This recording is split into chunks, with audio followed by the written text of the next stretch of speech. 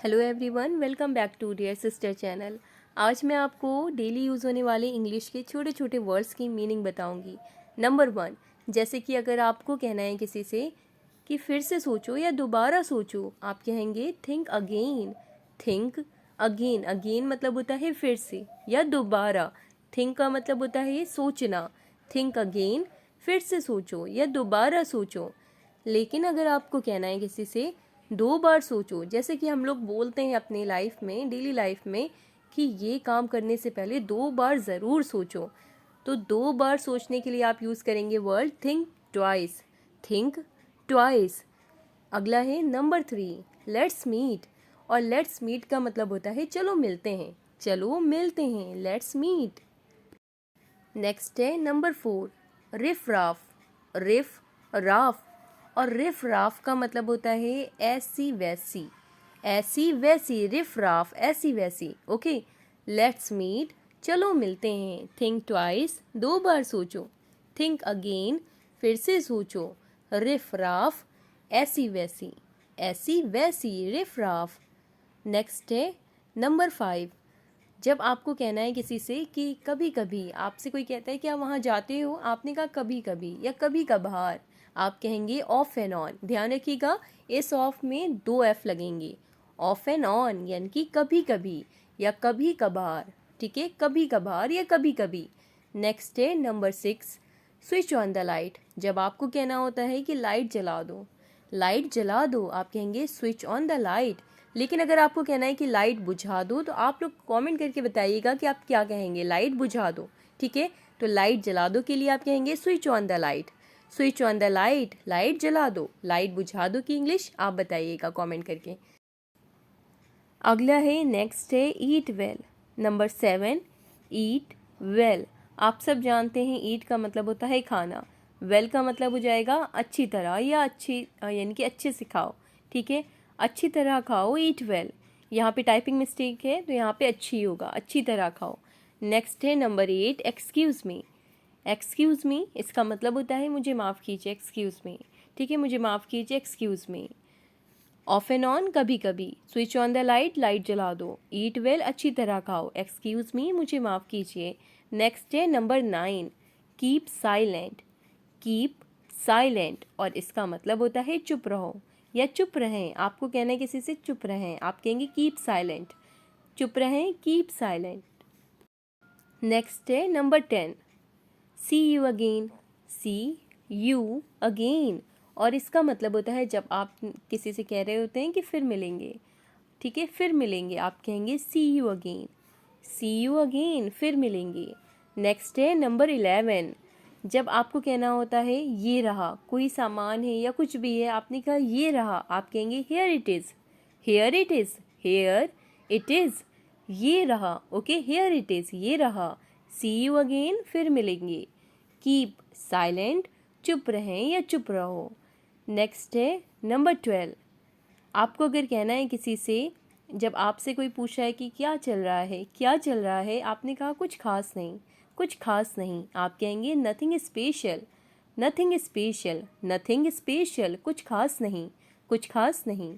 Next है number 13, that's my fault. आप कह रहे हैं that's my fault. That's my fault यानी कि गलती मेरी थी। दैट्स माई फॉल्ट, गलती मेरी थी, गलती मेरी थी, दैट्स माई फॉल्ट। नेक्स्ट है नंबर 14, अगर आपको कहना है किसी से, आप गुस्से में कह रहे हैं कि शट अप। शट अप, ठीक है, और इसका मतलब होता है चुप रहो।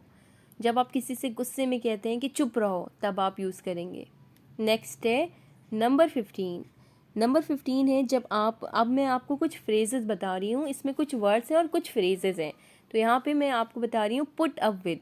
इसका मतलब होता है बर्दाश्त करना या सहन करना। बर्दाश्त करना या सहन करना, put up with, put up with. ठीक है, उसी तरह से अगला है पुट डाउन।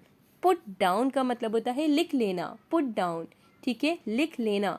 मैं आपको कुछ फ्रेजेस भी बता रही हूँ। तो पुट डाउन का मतलब होता है लिख लेना। पुट अप विद मतलब होता है बर्दाश्त करना या सहन करना।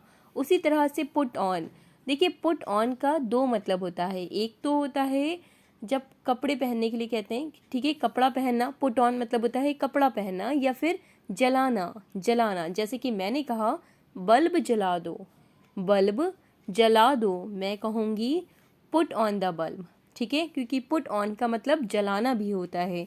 तो पुट ऑन द बल्ब यानी कि बल्ब जलाओ, ठीक है, या बल्ब जला दो, आप कह रहे हैं बल्ब जला दो, आप कहेंगे पुट ऑन द बल्ब, ठीक है। उसी तरह से पुट आउट का मतलब होता है बुझाना, ठीक है, जैसे कि पुट ऑन का मतलब जलाना, उसी तरह से पुट आउट का मतलब होता है बुझाना। तो नंबर 19 है पुट आउट, बुझाना। जैसे मुझे कहना है कि बल्ब बुझा दो, तो मैं कहूँगी put out the bulb, put out the bulb. Put out का मतलब बुझाना और पुट ऑन का मतलब जलाना, बल्ब जलाओ, put on the bulb, bulb बुझाओ, put out the bulb. Next है नंबर 20, स्पीक आउट। जब आप किसी से कह रहे होते हैं कि स्पीक आउट यानी कि बोलो, बोलो, स्पीक आउट, स्पीक आउट, बोलो। नेक्स्ट है नंबर 21, आपको अगर किसी की कोई खबर आपने सुनी, आपको बहुत ही दुख हुआ सुनकर, आप कहेंगे सो सैड, सो सैड यानी कि बहुत दुख की बात है, सो सैड, सो सैड, ठीक है।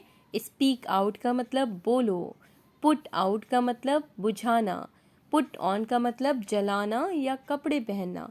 नेक्स्ट है नंबर 22, आपको कहना है कि ऊपर जाओ, तो आप कहेंगे गो अप। गो का मतलब होता है जाना और अप का मतलब होता है ऊपर, गो अप, ऊपर जाओ, ठीक है, ऊपर जाओ, गो अप। नेक्स्ट है नंबर 23, आपको अगर कहना है कि ताने मत मारो, आप कहेंगे don't taunt, don't taunt, taunt यानी कि ताना, टॉन्ट का मतलब ताना, डोंट टॉन्ट यानी कि ताना मत मारो, ताना मत कहो या ताना मत मारो, डोंट टॉन्ट। नेक्स्ट है नंबर 24, आपको अगर कहना है कि ऑनलाइन रहना या ऑनलाइन रहो, आप कहेंगे बी ऑनलाइन, और बी ऑनलाइन का मतलब होता है ऑनलाइन रहना या ऑनलाइन रहो, बी ऑनलाइन, ठीक है। नेक्स्ट है नंबर 25, अब मैं आपको स्टे वर्ड के साथ कई बताऊंगी, ठीक है। जैसे कि स्टे इनसाइड, सबसे पहले स्टे इनसाइड का मतलब होता है अंदर रहो या अंदर रहना। देखिए इनसाइड का मतलब आप सब जानते हैं अंदर होता है, स्टे इनसाइड यानी कि अंदर रहना। उसी तरह से अब मैं स्टे के साथ ट्यून्ड को जोड़ दूंगी तो बन जाएगा स्टे ट्यून्ड। स्टे ट्यून्ड का मतलब होता है बने रहें, ठीक है, यानी कि बने बने रहें, या फिर इसको कह सकते हैं जुड़े रहें, इस सेंस में भी यूज़ कर सकते हैं। तो स्टे ट्यून्ड यानी कि बने रहें। नेक्स्ट है number 27, stay strong, stay strong यानी कि इसका स्ट्रॉन्ग मतलब आप सब जानते हैं मजबूत, ठीक है। स्टे स्ट्रॉन्ग जब आप किसी को हिम्मत दिलाते हैं, आप कहते हैं स्टे स्ट्रॉन्ग यानी कि मजबूत रहो, ठीक है, मजबूत रहो। जब आप किसी को हिम्मत दिला रहे होते हैं और आप कहते हैं कि स्टे स्ट्रॉन्ग यानी कि मजबूत रहो, ठीक है। नेक्स्ट है नंबर 28, अब मैं स्टे के साथ जोड़ दूंगी स्टे सेफ। आपने सुना होगा स्टे सेफ, स्टे सेफ का मतलब होता है सुरक्षित रहो, सुरक्षित, सेफ का मतलब होता है सुरक्षित, स्टे सेफ यानी कि सुरक्षित रहें, स्टे सेफ, सुरक्षित रहें। नेक्स्ट है number 29, speak bluntly, speak bluntly, और स्पीक ब्लंटली का मतलब होता है खुलकर बोलो। जब आपको कहना हो किसी से कि खुलकर बोलो, आप कहेंगे स्पीक ब्लंटली, स्पीक ब्लंटली, खुलकर बोलो। नेक्स्ट है number 30, have trouble question mark. जब आप किसी से पूछते हैं ऐसे कोई परेशानी, कोई परेशानी, आप कहेंगे हैव ट्रबल, हैव ट्रबल, कोई परेशानी, हैव ट्रबल यानी कि आप किसी से पूछ रहे हैं कि क्या कोई परेशानी है, आप सिंपल कह रहे हैं कोई परेशानी, हैव ट्रबल। नेक्स्ट है नंबर 31, नो मीन्स नो, आप कह रहे हैं नहीं मतलब नहीं, नहीं मतलब नहीं, no means no, okay, no means no, नहीं मतलब नहीं। नेक्स्ट है number 32, no ifs and buts, no ifs and buts, इसका मतलब क्या होता है? देखिए इफ्स एंड बट्स का मतलब होता है अगर मगर, कोई अगर मगर नहीं, no ifs and buts, no ifs and buts, ठीक है, नो इफ्स एंड बट्स, कोई अगर मगर नहीं, कोई अगर मगर नहीं। नेक्स्ट है नंबर 33, आपको अगर कहना है कि थोड़ा थोड़ा करके, आप कहेंगे bit by bit, bit by bit, इसका मतलब होता है थोड़ा थोड़ा करके, थोड़ा थोड़ा करके, बिट बाय बिट। नेक्स्ट है नंबर 34, आपको अगर कहना है किसी से कि से सॉरी, यानी कि से सॉरी का मतलब होता है कि माफ़ी मांगो, या फिर किसी ने कोई गलती करी, आपने उससे कहा से सॉरी, यानी कि सॉरी कहो, यानी कि माफ़ी मांगो। सॉरी कहो, से सॉरी, माफ़ी मांगो। तो आज के सेशन में हम लोग इतने ही वर्ड्स की मीनिंग को जानेंगे, कुछ फ्रेजेस थे। तो आई होप आपको इससे हेल्प मिलेगी अपनी इंग्लिश को इम्प्रूव करने में। वीडियो अच्छी लगी हो, आपके लिए हेल्पफुल हो तो लाइक ज़रूर करें, शेयर करें। सब्सक्राइब नहीं किया है तो सब्सक्राइब करके बेल आइकन को ज़रूर प्रेस कर लें, ताकि जब भी मैं वीडियो अपलोड करूं आप तक नोटिफिकेशन ज़रूर पहुंच जाए। Thanks for watching.